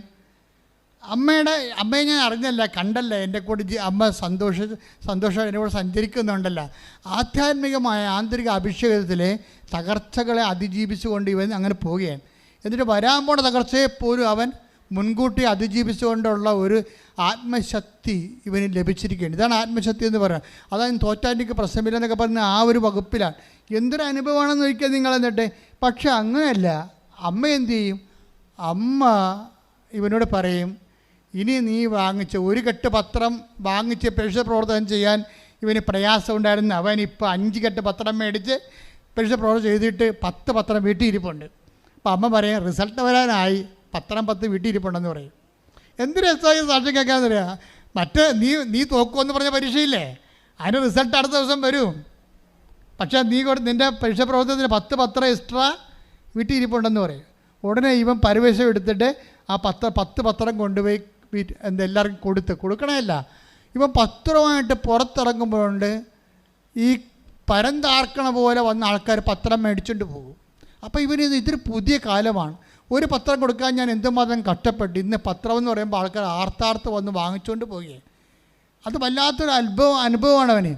അവന് പത്രം കൊടുത്ത് തീർന്ന് അപ്പോഴുണ്ട് അവൻ്റെ ബർത്ത്ഡേക്ക് അമ്മയോട് പറഞ്ഞു, അമ്മ ബർത്ത്ഡേയാണ് വരണത് കേട്ടാന്ന് പറഞ്ഞു. അപ്പോൾ അത് തിരിച്ച് പറയാം, പത്രം കൊടുത്തേ എൻ്റെ ബർത്ത്ഡേ വരുന്നുണ്ടെന്ന് പറയും. അപ്പോൾ ബർത്ത്ഡേ അന്ന് തന്നെ റിസൾട്ട് വന്ന് അവൻ പാസ്സായി. ഞാൻ പറഞ്ഞത് ഒരാളെങ്കിലും സഞ്ചരിക്കുന്ന വഴികൾ കണ്ടില്ലേ. പിന്നെ ഉടനെ ടെസ്റ്റിന് വിളിക്കുമ്പോൾ സർട്ടിഫിക്കറ്റ് വെരിഫിക്കേഷൻ ടെസ്റ്റിന് വിളിക്കും. പിന്നെ വേറെ ടെസ്റ്റൊക്കെ ഉണ്ടായിരുന്നു. ആ ടെസ്റ്റിന് മെഡിക്കൽ ഓരോ കാര്യപരിപാടിയൊക്കെ ടെസ്റ്റൊക്കെ ഉണ്ടല്ലോ. ആ ടെസ്റ്റിന് അവൻ പറയണത് 1 മണിക്കൂറാണ് എനിക്ക് ടെസ്റ്റിനുള്ളത്. പക്ഷേ എനിക്ക് 1.5 മണിക്കൂർ ഉണ്ടായാലും ചെയ്യാൻ പറ്റത്തില്ല. പക്ഷേ 40 മിനിറ്റ് കൊണ്ട് ഞാനത് ചെയ്ത് മാറ്റി. അതായത് അവിടെയും ടൈം ഷോർട്ടണിങ് ഞാൻ പറയുന്നത്. ടൈം ഷോർട്ടണിങ് അവർ തന്നെ വ്യാഖ്യാനിക്കണം അവിടെ ജീവിതാനുഭവങ്ങളെ. 1 മണിക്കൂർ കൊണ്ട് 1.5 മണിക്കൂർ കൊണ്ട് എഴുതേണ്ട പരീക്ഷ 1 മണിക്കൂറെ കൊടുത്തിട്ടുള്ളെങ്കിലും 40 മിനിറ്റ് കൊണ്ട് അമ്മ അത് ചിക്കാതെ എഴുതി തീർത്ത് കളഞ്ഞു. അതാണ് അതിൻ്റെ പറയും, ഇതാണ് ടൈം ഷോർട്ടണിങ് എന്ന് അമ്മ എനിക്ക് തന്ന ടൈം ഷോർട്ടണിങ് എന്ന് പറയും. പിന്നീട് അവനെ സർട്ടിഫിക്കറ്റ് വെരിഫിക്കേഷന് വിളിക്കാം. സർട്ടിഫിക്കറ്റ് വെരിഫിക്കേഷന് വേണ്ടി വിളിക്കുന്ന ആൾ ഹൈദരാബാദിൽ നിന്നൊരു ഹിന്ദിക്കാരത്തെ വിളിക്കും. ഇംഗ്ലീഷിൽ ഹിന്ദിയിൽ സംസാരിക്കും. നിനക്ക് 1-ാം തീയതി 2-ാം തീയതി സർട്ടിഫിക്കറ്റ് വെരിഫിക്കേഷൻ ആണെന്ന് പറയും. അപ്പോൾ ഉടനെ യെസ് മാഡം ഞാൻ റെഡി എന്നൊക്കെ പറഞ്ഞ് ഞാൻ ഓക്കെ ആണെന്നൊക്കെ പറയും. പക്ഷേ ഇവൻ പറയും, എൻ്റെ സർട്ടിഫിക്കറ്റ് വെരിഫിക്കേഷൻ ഈ ഹിന്ദിക്കാരത്തിനെ വരണമെങ്കിൽ എൻ്റെ കാര്യം കട്ടപ്പോയിരിക്കും. എനിക്ക് ഹിന്ദി അറിയാൻ പറ്റും, മണ്ണം കേട്ട് അറിയാൻ പറ്റില്ല. അമ്മേ എങ്ങനെയെങ്കിലും മലയാളി വെക്കാൻ പറ്റുമോ എന്ന് ചോദിക്കും. ഉടനെ രാത്രി ആകുമ്പോൾ ഒരു മലയാളി വിളിക്കും, ഞാനാണ് നിൻ്റെ സർട്ടിഫിക്കറ്റ് വെരിഫിക്കേഷൻ ചെയ്യണമെന്ന്. ശ്രുതിക്കട്ടെ ഹല്ലേലൂയ. നിങ്ങളെ ഒന്ന് ചിന്തിച്ച് നോക്കിക്കേ, ഇതെന്നാ പരിപാടിയാണ്. അവനെന്താ പറഞ്ഞത്, ഹിന്ദിക്കാരത്തിയോട് ഞാൻ സർട്ടിഫിക്കറ്റ് വെരിഫിക്കേഷൻ ചെയ്താൽ എനിക്ക് ഹിന്ദി അറിയാൻ പാടില്ല, പണി മേടിക്കും ഞാൻ. അതുകൊണ്ട് എനിക്ക് വേണ്ടി അമ്മ ഒരു മലയാളിയെ വെക്കണം. 2.5 മണിക്കൂറിനുള്ളിൽ അമ്മയോട് മാത്രമല്ല പറഞ്ഞത്, അവരോട് പറഞ്ഞതല്ല, ആ മലയാളി വിളിക്കുവേനെ ഉടനെ, ഞാനാണ് നിൻ്റെ സർട്ടിഫിക്കറ്റ് വെരിഫിക്കേഷൻ ചെയ്യണമെന്ന്.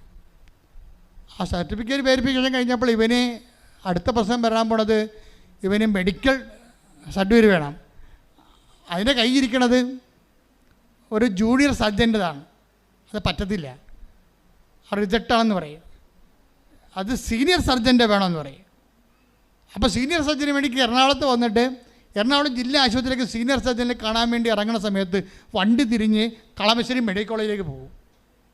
അവിടെ ഇവൻ ചെല്ലുമ്പോൾ സീനിയർ സർജൻ കാത്തു നിൽക്കല്ലോ ഇവനെ. ഒരു മാഡം കാര്യം പറയും, എൻ്റെ അവസ്ഥ ഇതാണെന്ന് പറയും. 1 മണിക്കൂറിനുള്ളിൽ സർട്ടിഫിക്കറ്റ് വെരിഫൈ ചെയ്ത് സർട്ടിഫിക്കറ്റ് കൊടുക്കും.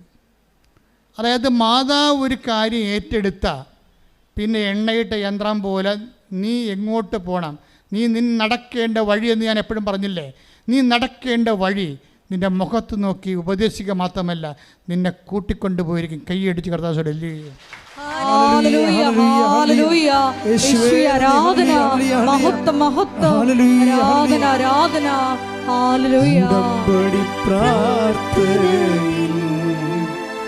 അമ്മ ഉടനടി പരിഹാരമേകും.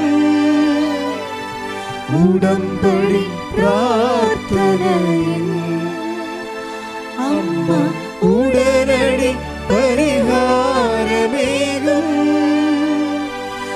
അവൻ പറയുന്നത് ചെയ്തിടുവിൻ, ജീവിതം ധന്യമായി തീർന്നിടും. ആൽബിൻ്റെ സാക്ഷ്യം കേട്ടപ്പോൾ ഇന്നലെ പറഞ്ഞ സാക്ഷ്യമാണ്. തകർന്നരിപ്പണമായി തോറ്റ് തുന്നമ്പാടി ഒരു സൈക്കോളജിസ്റ്റിനെ തിരക്കിയ മനുഷ്യൻ, ഒരു മാനസിക ചികിത്സാ വിദഗ്ധനെ തിരക്കിയ ആളെ അമ്മ അവിടുന്ന് പൊക്കിയെടുത്ത് കൊണ്ടുവന്ന് കേന്ദ്ര ഗവൺമെൻറ് ഉദ്യോഗസ്ഥനാക്കുന്ന ഒരു വഴിയില്ലേ, ആ വഴിയാണ് ഉടമ്പടി എന്ന് പറയണത്. എഴുന്നേൽക്കുക, എല്ലാവരും എഴുന്നേൽക്കട്ടെ, ശ്രുതിക്കട്ടെ ഹല്ലേലൂയ. ഹല്ലേലൂയ ഹല്ലേലൂയ ഹല്ലേലൂയ. ആരാധന ആരാധന. വലിയ വചന വെളിപാടുകൾക്ക് നന്ദി പറയുന്നു. Hallelujah hallelujah. ഈശ്വര ആരാധന. ഹല്ലേലൂയ. എൻ്റെ മക്കളെ കൈകൾ 2 വിടർത്തി വെക്കുക. കർത്താവിൻ്റെ വിശുദ്ധ രക്തം കൈകളിലേക്ക് തളിക്കാൻ വേണ്ടി പ്രാർത്ഥിക്കുന്നു. അച്ഛൻ നിങ്ങൾ സ്തുതിച്ചുകൊണ്ടിരിക്കട്ടെ.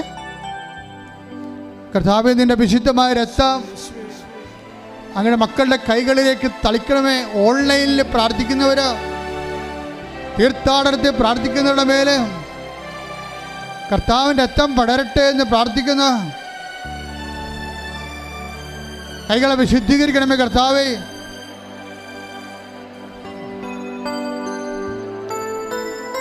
രണ്ട് കൈകളും നെഞ്ചത്ത് വെച്ചുകൊണ്ട്, നെറ്റിയിലും വെച്ചുകൊണ്ട്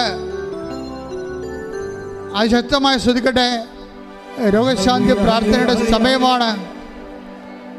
കർത്താവെ, അന്ധന് കാഴ്ച നൽകിയവനെ, കർത്താവെ ചെകിടിന് കേട് നൽകിയവനെ,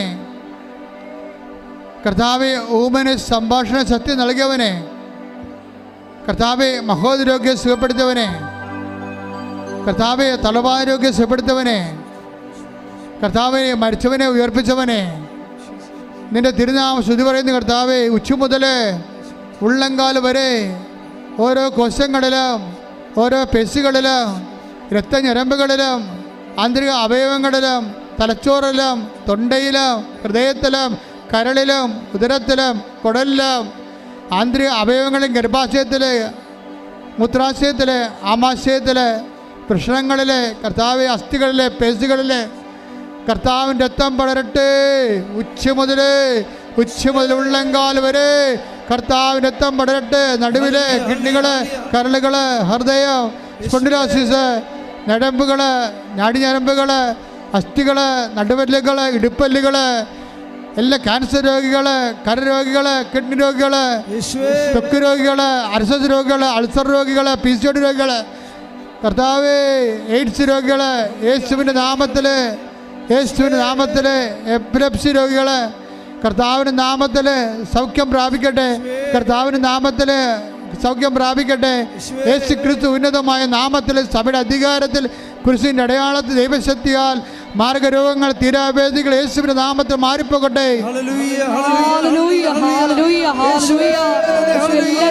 സുഖപ്പെട്ടുകൊണ്ട് യേശുവിന്റെ നാമം മഹത്വപ്പെടുവാൻ ഈ ആരാധനയിലൂടെ കരുണയാകണമേ. Hallelujah, hallelujah.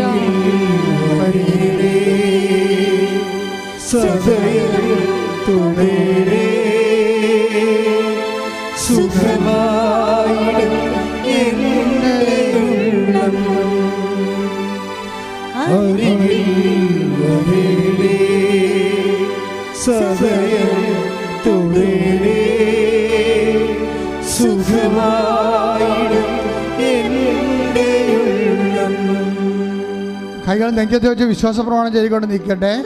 ജോലിയില്ലാത്തവര്, വീടില്ലാത്തവര്, കുടുംബ തകർച്ച വന്നവർ പോയവര്, തൊഴിൽ തകർച്ച വന്നു പോയവര്, വരുമാനമില്ലാത്തവർ വരെ, മുട്ടിയവര്, കുടുംബ ബന്ധങ്ങൾ അകന്ന് ജീവിക്കുന്നവർ, അങ്ങനെ വ്യത്യസ്തങ്ങളായ വിഷമത അനുഭവിക്കുന്നവർക്ക് വേണ്ടി പ്രാർത്ഥിക്കുന്ന സമയമാണ്. ശ്രുതികടെ കർത്താവേ, ശ്രുതികടെ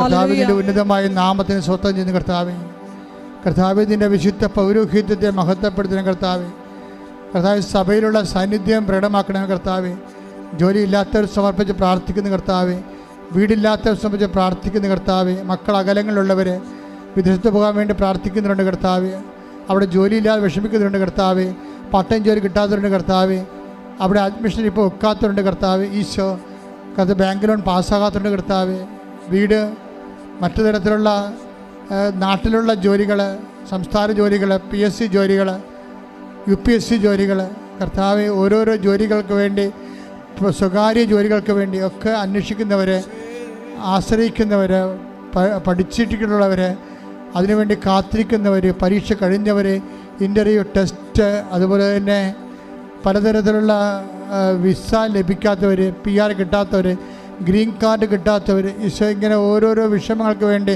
പ്രത്യേകം പ്രാർത്ഥിക്കുന്നവർ, ഈ ആഴ്ചയിൽ ഈ മാസത്തിൽ ഇൻ്റർവ്യൂ ഉള്ളവർ, ടെസ്റ്റ് ഉള്ളവർ, യാത്ര ഉള്ളവർ, അവരെല്ലാവരും സഹിച്ച് പ്രാർത്ഥിക്കുന്ന യേശുക്രിസ്തു ഉന്നതമായ നാമത്തിൽ സഭയുടെ അധികാരത്തിൽ കുരിശിൻ്റെ അടയാളത്തിൽ ജീവിത ദുരിതങ്ങൾ, തടസ്സങ്ങൾ മാറിപ്പോകട്ടെ എന്ന് പ്രാർത്ഥിക്കുന്ന ഹല്ലേലൂയ, ഹല്ലേലൂയ, ഹല്ലേലൂയ. എല്ലാ ജീവിതങ്ങളെ ഏറ്റെടുത്തുകൊണ്ട് യേശുവിന്റെ നാമം ഈ ആരാധനയിലും മഹത്വപ്പെടുത്തണമേ എന്ന് പ്രാർത്ഥിക്കുന്നു. ഞങ്ങളെ സാക്ഷികളാക്കി ഉയർത്തണമേ എന്ന് പ്രാർത്ഥിക്കുന്നു. Hallelujah, hallelujah.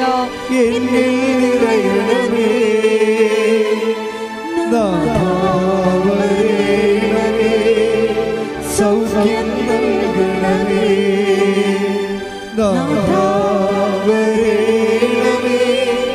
എന്നിൽ നിറയണമേ,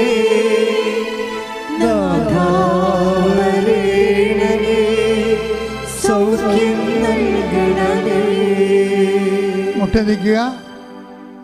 അച്ഛൻ പറയാത്ത വിഷയങ്ങൾക്ക് വേണ്ടി ഓർത്ത് നിങ്ങളുടെ വിഷയം റെഫർ ചെയ്തിട്ടില്ലെങ്കിൽ, ആൾക്കാരെ പറഞ്ഞിട്ടില്ലെങ്കിൽ ഇപ്പോഴേ പരിശുദ്ധ അമ്മയുടെ മാധ്യസ്ഥത ഈശോയ്ക്ക് സമർപ്പിക്കുക.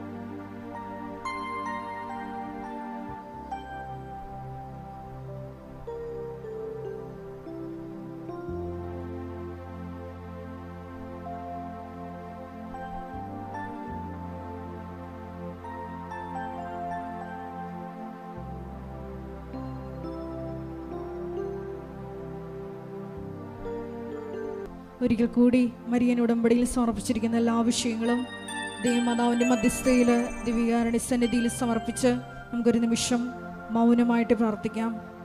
നോമ്പിൻ്റെ ഈ കാലയളവിൽ അനുദപിച്ച് പൂർണ്ണമായി സുവിശേഷത്തിൽ വിശ്വസിച്ച് നിന്നിലേക്ക് തിരിയുവാൻ ഈശോയെ ഇന്നത്തെ ആരാധന ഉടമ്പടി വചനങ്ങൾ ഞങ്ങളെ പ്രത്യേകമായി സഹായിക്കണമേ, ഞങ്ങളെ അഭിഷേകത്താൽ നിറയ്ക്കണമേ എന്ന് പ്രാർത്ഥിച്ചുകൊണ്ട് ശിരസ് നമിച്ച് നമുക്ക് ദിവ്യകാരുണ്യനാഥൻ്റെ ആശീർവാദം സ്വീകരിക്കാം.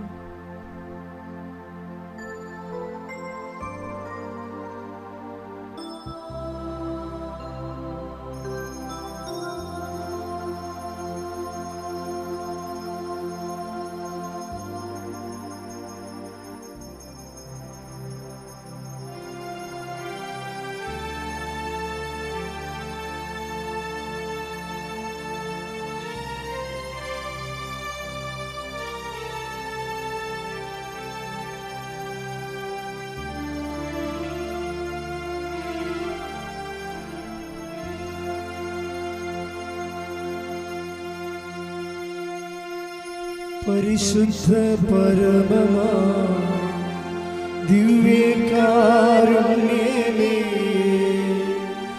എന്നും അങ്ങേക്ക് ആരാധന. പരിശുദ്ധ പരമമാ ദിവ്യകാരുണ്യമേ, എന്നും അങ്ങേക്ക് ആരാധന. പരിശുദ്ധ പരമമാ ദിവ്യകാരുണ്യമേ, എന്നും അങ്ങേക്ക് ആരാധന.